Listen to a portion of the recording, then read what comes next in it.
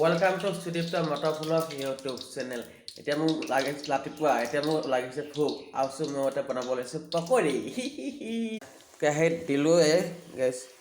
এয়া দেখিছে আপোনালোকে ইমান ধুনীয়াকৈ বনাইছোঁ মই পকৰি। মই মানে যেতিয়া মোৰ ৰাতিপুৱা ভোক লাগে গাইছ,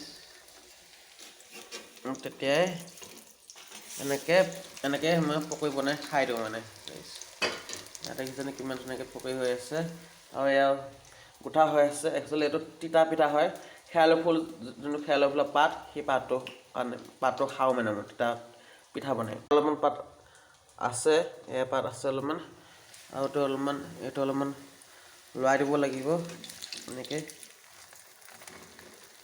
লৰাই দিছোঁ অলপমান, যাতে দুইফালে সিজি যায়। এনেকৈ দেখিছেনে কিমান ধুনীয়াকৈ